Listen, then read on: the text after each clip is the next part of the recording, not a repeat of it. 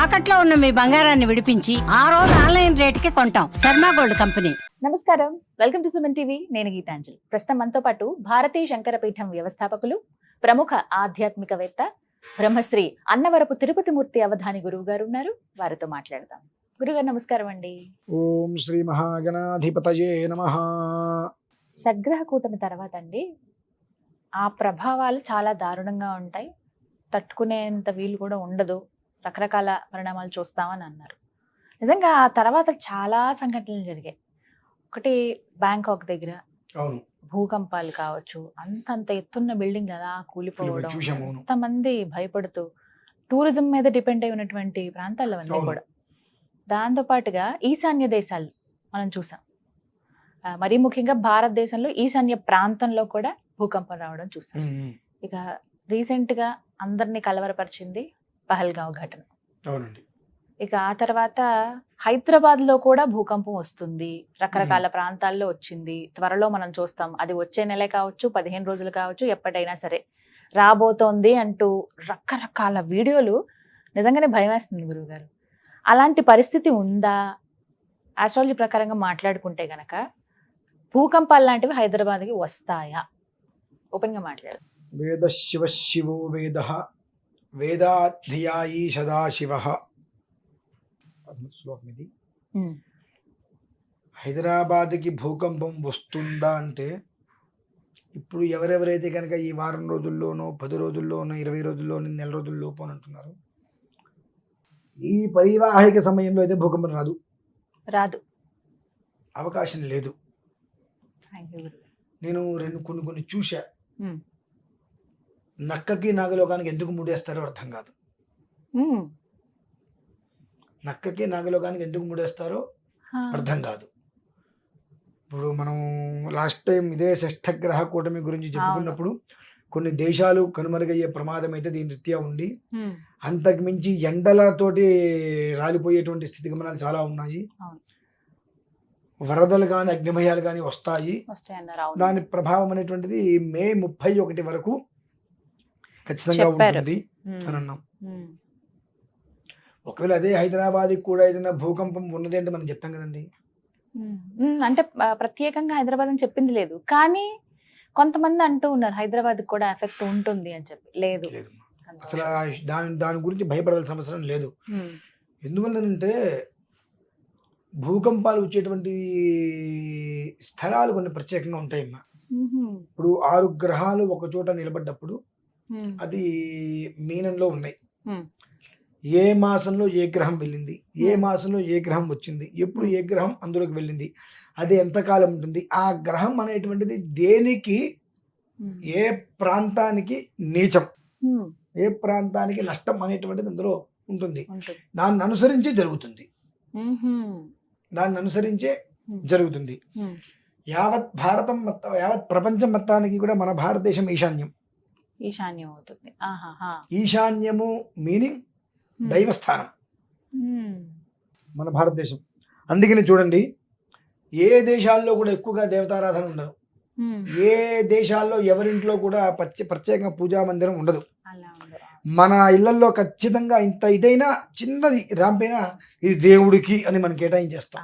అది శంకు పక్కనే కావచ్చు, ఎక్కడైనా కావచ్చు కాక ఇది దేవుడిది. అది భారతదేశానికి మాత్రమే ఉన్నది, ఇంకో దేశంలో అది ఎక్కడ లేదు. కాబట్టి దేవుడు ఎక్కడ ఉన్నాడు? ఈశాన్యం అయిపోయింటాడు. కనుక ప్రపంచం మొత్తానికి కూడా దైవిక స్థానం మన భారతదేశం.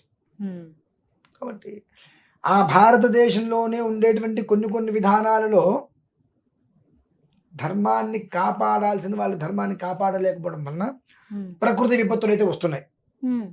మీరు చెయ్యవలసిన పని మీరు చెయ్యట్లా. కుక్క చేసే పని గాడిద చేయడం అంటే తెలుసా అంటే మీకు? విన్నారా? కథ విన్నారా? కథ విన్నారా? అది విన్నాను. అలా ఉన్నప్పుడు దాని ప్రభావం ఇటు కుక్క చనిపోయింది, అటు గాడిద చనిపోయింది. పాపం గాడిద వాకిట్లో ఉంది, కుక్క ఇంట్లో ఉంది. ఆ గాడిదని పొందిట కుక్క అదృష్టవంతురాలు, రోజు దానికి పాలు పోస్తున్నారు, దానికి ఇష్టం వచ్చిన పెడుతున్నారు, హాయిగా అక్కడ కూర్చుని దానికి గది పెట్టారు. నాకేముంది, ఎండ వస్తే ఎండుతున్నాను, వర్షం వస్తే తడుస్తున్నాను, ఇక్కడ పెట్టారు, ఇన్ని సిమెంట్ ఇసుక నా మీద మోయిస్తున్నారు, బందెడు చాకిరీ చేస్తున్నారు అని గాడిద బాధపడిందిట. కుక్క గాడిద ఎంత హాయిగా ఉందో, రోజు బయటికి తిరుగుతుంది వస్తుంది. నేనేమో ఇంట్లోనే కూర్చున్నాను. తనకి నచ్చింది అటు అన్ని చోట్లకి వెళ్ళి తింటున్నారు, దాన్ని కట్టేయట్లేదు, దాన్ని వదిలేస్తున్నారు, దాన్ని నచ్చినట్టుగా తిరుగుతుంది, నచ్చినట్టుగా ఉంటుంది, దాని బ్రతికి ఎంత ఆనందంగా ఉంది, నా బ్రతికేంటి ఇలా తయారైపోయింది కుక్క. ఆ రెండో ఒక రోజు మాట్లాడుకున్నాయి, నా పని నువ్వు చెయ్యి, నీ పని నేను చేస్తాను.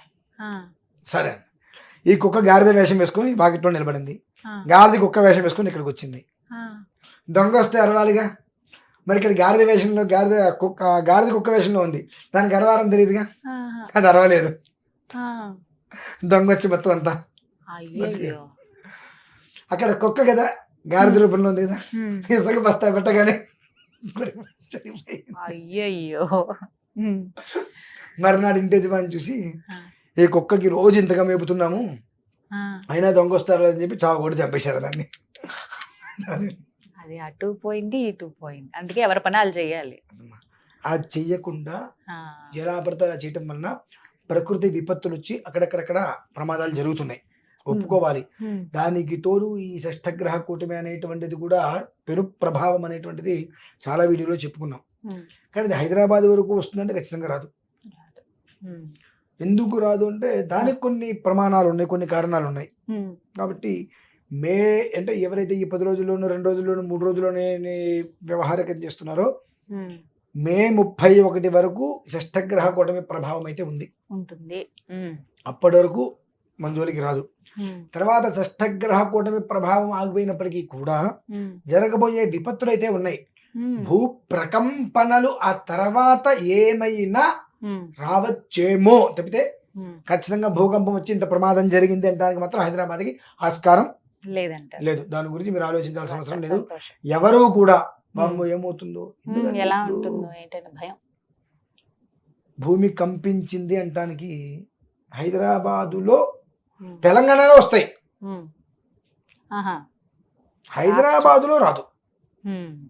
ఎందువల్లనంటే ఎక్కడ భూమి కంపించడం అంటే ఇక్కడ మీరు కింద గుంట తీసేశారు, పైన స్లాబ్ వేశారు, కింద మొత్తం గుంట తీసేశారు, అది ఎంతవరకు ఆ బరువు వస్తుంది? అప్పుడేమవుతుంది, ఆ బరువు అది కృంగిపోతుంది. అటువంటి స్థితులు రావడం. పెద్ద పెద్ద బిల్డింగ్లు కడుతూ ఉంటారు, ఆ బిల్డింగు కొన్ని కూలిపోయే ప్రమాదాలు జరుగుతాయి. వెంటనే మనం ఏం చేస్తామంటే అదిగో ఆ రోజు నేను భూకంపం వస్తుంది చెప్పాక ఇక్కడ భూకంపం వచ్చింది అంటాం. ఆ కట్టినప్పుడు ఆ భూమి సారం ఎంత ఉంది, ఆ బలాన్ని ఎంతవరకు మోస్తుంది అనేటువంటి విషయాలు కూడా మనం గమనించుకోకుండా కట్టేస్తే అది కృంగుతుంది. కృంగినప్పుడు ఏమవుతుంది, అంత బలం మీద పడిపోతుంది. కాబట్టి అదేం భూకంపం కాదమ్మా, భూకంపించడం కాదు అక్కడ. కాబట్టి హైదరాబాద్కి అయితే ఇప్పట్లో కాదు, భూకంప ప్రమాదం అనేటువంటిది దాని గురించి ఆలోచించవలసిన అవసరం లేదు, పూర్తిగా వదిలేసేయచ్చు. షష్ఠగ్రహ కూటమి ప్రభావం అనేటువంటి దాని వలన తెలంగాణ అలాగైతే ఒక ముప్పు ఉందండి, తెలంగాణకు ఉంది. మనం చేసుకునే కొన్ని వాటికి అంటే భారీగా అని కాదు, ప్రమాదాన్ని తెలంగాణ తప్పించుకోగలమా? అలాంటి వాటిని తప్పించుకోగలమా? ప్రమాదం కాదమ్మా. ఇప్పుడు నా పీఠంలో మీరు ఒకసారి వచ్చి చూడండి, 366 శివలింగాలు ఉన్నాయి. నాకేంటంటే లాభం, ప్రతి నెత్తి దానికి నేను అర్చన చేసుకుంటున్నా. 360 శివలింగాలకి 11 ఆవరణ అర్చన చేసుకోవడానికి నాకు రోజు 1.5 గంట సమయం మినిమం తక్కువగా పడుతుంది. మీరు ఏమైనా డబ్బులు ఇస్తున్నారా? ఎవరైనా డబ్బులు ఇస్తున్నారా? నాకేంటి, నేను ఇక్కడ బ్రతుకుతున్నా, నేను ఇక్కడ ఉన్నా. ఎంతో మంది ఉన్నారు నాలానే, సహృదయులు ఉన్నారు, విహృదయులు ఉన్నారు, అందరూ ఉన్నారు. మనకందరూ ఒకటే, తిట్టేవాడు మంచివాడే, పొగిడేవాడు మంచివాడు. ఎందువల్ల 10 మంది పొగిడితే మనకు కొమ్ములు వస్తాయి, 10 మంది తిడితే మనం బ్యాలెన్స్డ్గా ఉంటాం. కాబట్టి వాళ్ళు వీళ్ళు ఇద్దరు ఒకటే, ఇద్దరు బాగుండాలి. నేను నిరంతరం మేము చేయాల్సింది మేము చేసుకుంటూ ఉంటాం. కాబట్టి భారీ ప్రమాదాలు జరగవు, హైదరాబాద్కి అసలు ప్రమాదం లేదు. కాబట్టి దీని గురించి జనాలు భయపడి ఏం జరుగుతుందో ఏంటో అనేటువంటిది అయితే అపోహే. ఎవరైనా ఏదైనా చెప్పారంటే అనుకోరని చెప్పి దాని గురించి ఏదో వస్తుందని భయపడాల్సిన అవసరం లేదు. చెప్పేదండి, ఎక్కడైనా ఒకటి పడింది అంటే భూసారం ఎలా ఉందనేటువంటి విషయాన్ని దృష్టిలో ఉంచుకుంటేనే అది ఏదైనా ప్రమాదం జరుగుతుంది. మినహాయిస్తే అంతకన్నా మించింది లేదంటారు. భూకంపం అనేటువంటిది హైదరాబాద్కి లేదు. తెలంగాణకి అయితే ఒక మోస్తరు ఉంది, కొద్ది గొప్ప చిన్న ప్రాబ్లమ్స్ అయితే వస్తాయి, అంతవరకు ఓకే.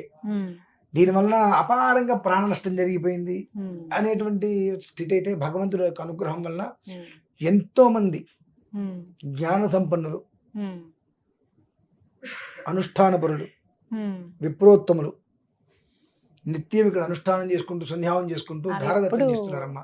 ఎప్పుడూ రక్షిస్తూనే ఉంటాయి కదా గురువు. కాబట్టి మనకు స్తంభాద్రి అక్కడ లక్ష్మీనారాయణ స్వామి వారు ఉన్నారు. ఇటు చూసిన చుట్టూతా శక్తివంతమైన దేవతలు ఉన్నారు. వాళ్ళకి మనం శక్తిని ఇస్తున్నామా లేదా అని పక్కన పడేస్తే ఉమ్, స్వతసిద్ధంగా శక్తివంతమైన దేవతలు ఉన్నారు. కాబట్టి ఆ ప్రమాదం అయితే చాలా అంటే చాలా 100కి 1% అవుతాయి. లేదంటే 1.5 అంతవరకే. సంతోషం గురుగారు, మంచి మాట. నమస్కారం. నమస్కారం.